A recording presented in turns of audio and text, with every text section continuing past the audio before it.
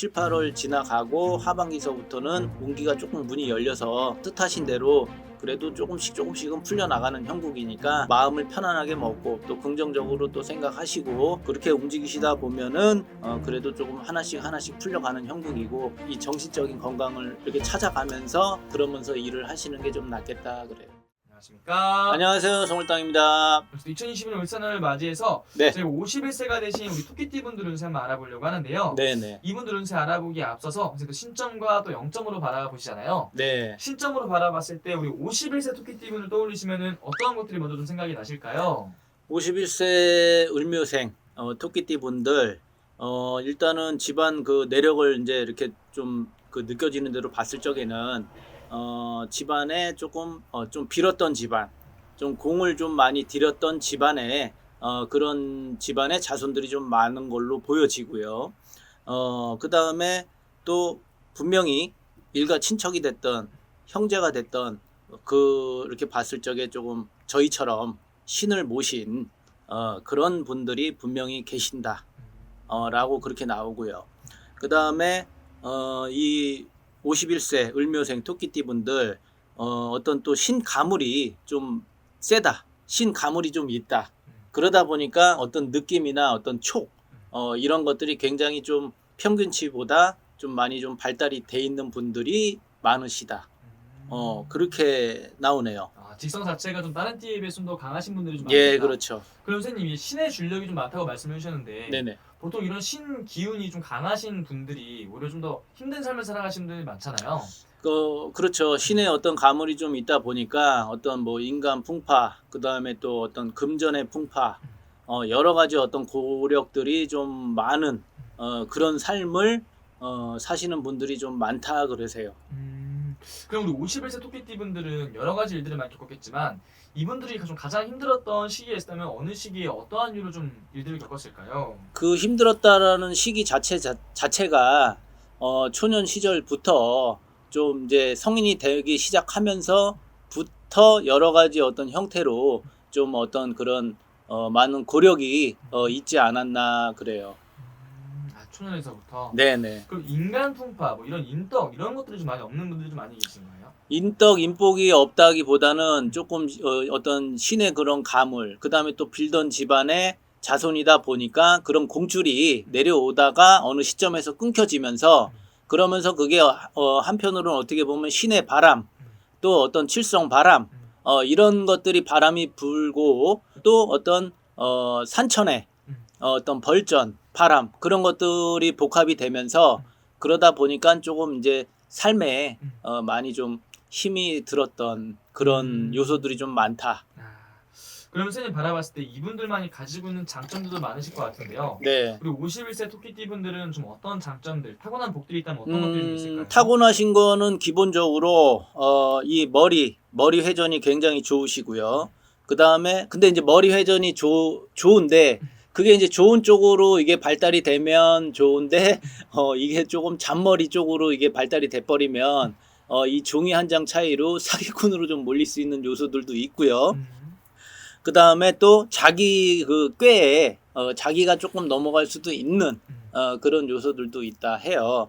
그리고 그렇지만 또 한편으로 일적인 부분, 자기의 어떤 일적인 부분에서는 좀 성실한 면이 있고 또 책임감이나 이런 것들이 좀 있다 해요. 그리고 또 한편으로는 그 어떤 뭐 조직 생활에 있어서 사람들이 이 51세 그 을묘생 토끼띠 분들을 조금 어쩔 땐 저 사람은 속을 알 수가 없다. 이렇게 조금 하는 부분도 있다 그래요. 그럼 선생님 이분들 어쨌든 올해 또 삼재가 들어있잖아요. 네. 지금 현상을 좀 여쭤본다면 어떤 좀 운기에 좀 놓이신 분들이 좀 많이 계신가요? 올해 같은 경우 이제 드는 삼재가 이제 들어와 있는데 그래도 그렇게 썩 이렇게 나쁜 악삼재는 아니다. 그렇게 나오고요.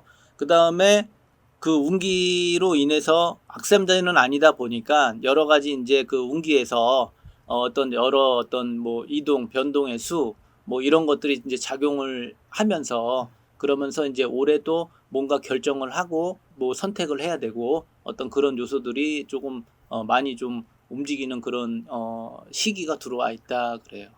그럼 그럼 좀 변화라든지 변동들이 좀 많이 하반기에 좀 많이 찾아온다 이렇게 볼 수 있을까요? 그러니까 이제 어떻게 보면은 작년부터 어떤 일적인 부분이나 여러 가지 부분에 있어서 조금 답답한 형국이었다 치면 그러면은 이제 올해부터는 그래도 뭔가 변화를 줘서 내가 조금 이제 움직이고 해야 되는 이제 그런 시점에 들어와 있고 그 다음에 일적인 부분에 있어서 올해 같은 경우는 뭔가를 더 욕심을 내서 뭘 벌려보거나 하는 부분에 있어서는 조금 그래도 조심을 하고 넘어가야 되는 부분은 분명히 있다 그래요. 그러면은 변화 변동을 주더라도 너무 크게 막 뭐 늘린다거나 이런 거보다는 그냥 차근차근 나아가는 게 좀 낫다 이렇게 볼 수 있는 건가요? 예, 예.